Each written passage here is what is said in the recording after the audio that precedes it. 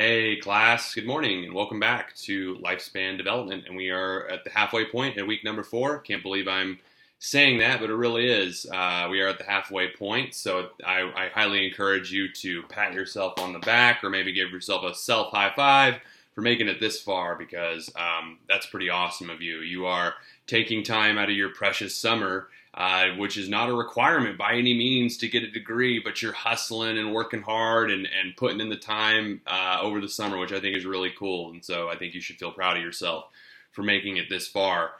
We don't have a lot, much more to go. So, hey, you keep doing what you're doing. It's working awesome. So, I'm recording this on a Friday morning. It's actually a beautiful Friday morning. It's not quite too warm yet. No rain or thunder or anything crazy like that, but also nice. I'm sure it's going to heat up here pretty soon, so I will not have the luxury of wearing a hoodie for much longer, probably maybe another hour, and then I'll be cooking. But anyway, so it's Friday. Probably by the time you see this, I'll have your discussion grades posted. I really enjoyed this week's discussion on dietary habits that are started in childhood and are what those effects are, what they may not be in later on in life. It seems like generally speaking, a lot of the posts I read were about, and this is something that really touched home for me too, is that maybe I didn't eat as great as a kid growing up for various reasons. I mean, maybe my mom and dad didn't make me eat certain things, or maybe it had to do with money and availability of food, whatever reason. But it sounds like a lot of people were talking about the changes they're trying to make now in life. It's really interesting. I feel like the same thing. I grew up, my parents didn't really force me to eat anything I didn't want to do. So now as a 31-year-old adult, I have to make myself eat things sometimes because I can't just eat like a 5-year-old anymore. I can't just go to McDonald's or order a pizza or, as great as those things might be and as cheap and as tasty as they might be. It's like, well, if I want to keep my health and, live long and feel good about myself, maybe I need to eat better food, eat some food that looks, that's green, for example. So it's interesting kind of reading other people going through similar experiences, some people a little bit older than I am, a little bit younger than I am, and kind of reading a lot of similar experiences. So that was really cool for me personally. So those grades should be posted by the time you see this video, so may not matter a whole lot right now. Exam number 2, just want to give you a heads up, it is now open, and it'll be open until the 1st. Exam number 2 will cover chapters 5, 6, 7, and 8.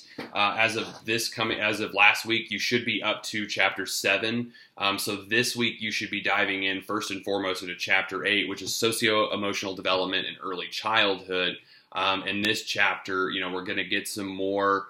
We're going to dive more into some Erik Erikson, but we're also going to look at, these are where we start to see distinct emotional and personalities in children develop. Children start to show these things pretty early on, but it starts to become a little more pronounced in childhood, especially early childhood, maybe right before those school-aged years. And this is the stage, at least socially speaking, where families are so important, or parents, for example, are like the primary agent of socialization. But that's going to change quickly in maybe the next stage when we jump into our next stage. So that's going to flip a little bit. And this is also where children might begin to experience peer relations. Maybe it's in the neighborhood. Maybe when children are quite young enough to go to school, maybe they hang out with other kids in the neighborhood, or maybe it's people bring over for play dates, things like that. So this is the time where they're starting to dip their toes in the water, at least socially, to other children beyond maybe the family. Play is incredibly important for social development, emotional development, even cognitive development. Allowing children to just let their imaginations run wild, is so critically important for a number of reasons. So you're going to read about that. And also we're going to look at a little bit of a special topic on the issue of media and screen time consumption. Nowadays, it seems very common that parents, I'm not a parent, so I'm not like bashing anyone who's ever done this. I'm sure I'm sure it works and it's very effective, but you see a lot of parents, hey, give your kid the cell phone when you're at the store, give them an iPad. And there's probably some efficacy to that. And maybe if the kid's playing like an educational game or whatever, there can be benefits to that. But if it's kind of meant to like, get the kid to shut up and not act up, then maybe there could be some issues there. When is it too early to expose to screen time? So you're going to read about that, and I want you to kind of think about that as well. So read chapter 8. I would go ahead and take the exam once you finish chapter 8 before you move on to our next two chapters that I'm assigning, chapters 9 and chapters 10. I just don't want you to accidentally kind of interfere, like you've just read chapter 9 and 10. I don't want some of that information to interfere with what you're testing on for chapters 5, 6, 7, and 8. So chapter 9 is physical and cognitive development in middle. We're actually putting two time periods together, middle and late childhood. So these are the years where children, this is pre-puberty, so physical development is still occurring, brain maturation is still occurring, but it's kind of slowed down compared to what it was maybe during infancy and early childhood. This is also where parents may start to see signs of disabilities, physical and maybe cognitive disabilities as well. So there's going to be a special topic there. We're also going to be talking about moving into, I believe, Piaget's second and maybe even third stages of development. Or at least the third stage, I believe, at this point. So concrete operations. And then, sorry, I just moved my cursor too fast. Also, language development is going to be a big topic. And this is where children are moving out of that, they're moving out of those toddler years where they're maybe using sort of 2 or 3 word speech. Now they're fully communicating words and sentences and ideas and paragraph long, diatribes sometimes. Maybe they don't make a whole lot of sense and maybe they're not quite, full of wisdom and things like that, but they're at least using language. They're practicing language, so that's critical. Then we're going to switch gears and stay in this period of time for chapter 10 and switch over to socio-emotional development again. This is now staying with emotional and personality development. We're going to learn some more about Erik Erikson, move along the timeline, but now we're moving into those school age years, so the agents of socialization are changing drastically. Children, or peers, are becoming the primary agents of socialization, maybe teachers as well, once the child starts going to school. So a lot of changes are taking place, at least on that side of things.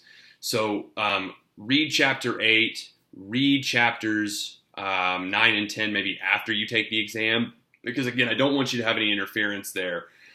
This week, because we're taking an exam and also because I have a writing assignment for you, we're not going to have a discussion, so don't worry about that. But we do have a writing assignment that I want you to work on that's due the 1st as well. I'm sorry to dump 2 things on you that are due the 1st, but maybe you can kind of break it up and, break it up like you would the discussion. But I'm assigning a paper it's called a application paper. And really what it is I want you to be able to apply the things that you are learning from the textbook and in this class to your real world, your experiences, your understanding. I want you to put it in terms of things that you understand. So basically over the last, and you can even go into chapter 10 if you'd like, but all of the chapters you've read thus far, I want you to pick out 5 concepts. And now what I mean by concepts, if you look at the textbook, they're the things that are bolded. They're the things that give you the definitions on the side of the book. Any 5 concepts. And I want you to define them and apply them to some kind of real world situation, whether it's your own experience, something you've seen from somebody else's experience, something you've seen on TV, movies, I don't care. But just take it out of the textbook and put it into the real world. I'm kind of reading off the directions here, but I'll kind of explain them as I go. I want you to choose 5 concepts. You need to define them in your own words. Like, you can take the textbook definition, that's fine, but I want you to reword it. I want it to mean something to you, not just rote repetition, regurgitate literally word for word what I just said. And I also think it would be helpful if you try to use a variety of concepts. Maybe take a concept from 5 different chapters or different theorists or different ideas, something like that. Give yourself some variety. And again, you're going to need to apply it to a real world situation. So you're giving me your definition in your own words, and you're also giving me the application. This is not a research paper. This is not something that you need to have any really quotes. In fact, I don't want any quotes. It should be entirely your own words. You can do this in bullet points or numbers, like here's concept number 1, definition, application. Concept number 2, definition, application. I don't care.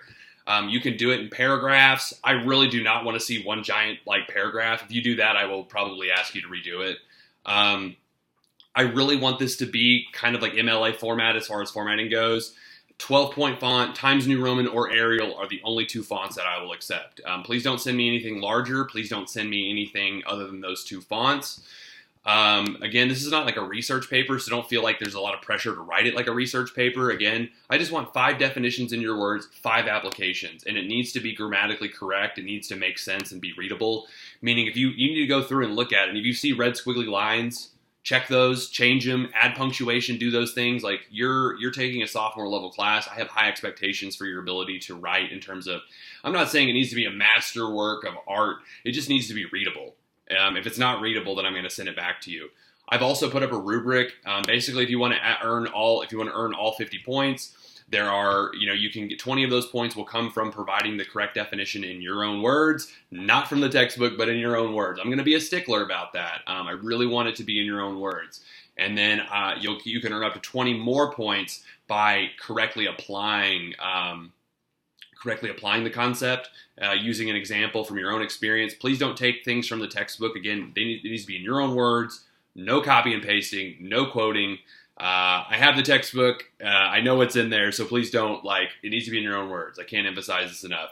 And then I will be grading you for your grammar. So you can earn, basically, it's either good or it's not. If it's not readable, you don't earn any points for that. If it's readable, great, you'll earn full credit. So there's a rubric there. This is due on the 1st at 11:59 p.m. along with your exam. So you have 2 kind of big assignments this week as far as points are concerned. Break up your time accordingly. My recommendation, read chapter 8, and then I would take the exam. Then you can go through chapter 9 and 10 and start to build your application paper. You're just going to upload it, text upload. I don't want a Word document or anything like that. Or anything, Google Docs. You can start it in there, but you're just going to copy and paste it directly so I can just read it directly from Canvas. I don't want to download any files. I just want to be able to read it directly from Canvas. So if you have questions, concerns, anything like that at all, as you're developing your ideas for your application paper or as you're studying for exam number 2, please let me know. Shoot me an email.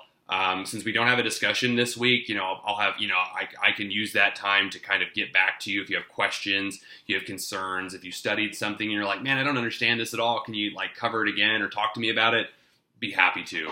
But I can't help you if you don't reach out. So please reach out and we'll figure it out from there. So other than that, I feel like I just threw a lot at you for this video, but this is kind of a crazy week just because we have a couple big assignments due. So, but we'll get through it. We'll get through it to week 5, and we'll keep moving on and ever onward. So, hope everyone's doing okay, and I'll see you all next week. All right, bye.